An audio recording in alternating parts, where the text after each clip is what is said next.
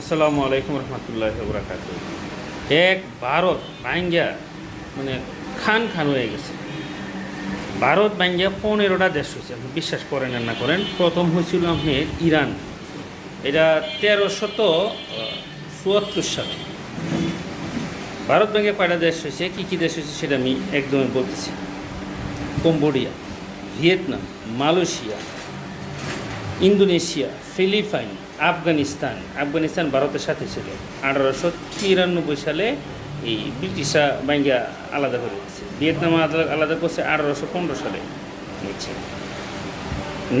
নেপাল ভারত থেকে আলাদা হয়েছে 1960 সালে। তিব্বত আলাদা হয়েছে 1914 সালে। শ্রীলঙ্কা 1935 সালে। মায়ানমার 1937 সালে এবং কি থাইল্যান্ডও ছিল। আর আমরা ভালো রকম জানি যে ভারত ব্যাঙ্গে হয়েছে পাকিস্তান, আর পাকিস্তান ব্যাঙ্গে হয়েছে বাংলাদেশ।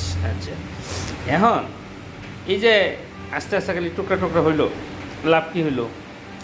এই ভারতবর্ষে মানুষেরই ক্ষতি হয়েছে।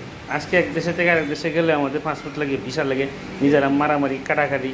এই দুদিন পরে পরে ভারতের সাথে গ্যাঞ্জাম লাগে পাকিস্তানের, ভারতের সাথে লাগে বাংলাদেশের, নেপালের, পাকিস্তানের লাগে আফগানিস্তানের সাথে। আমি যুদ্ধ চাই না, শান্তি চাই, ঐক্য চাই।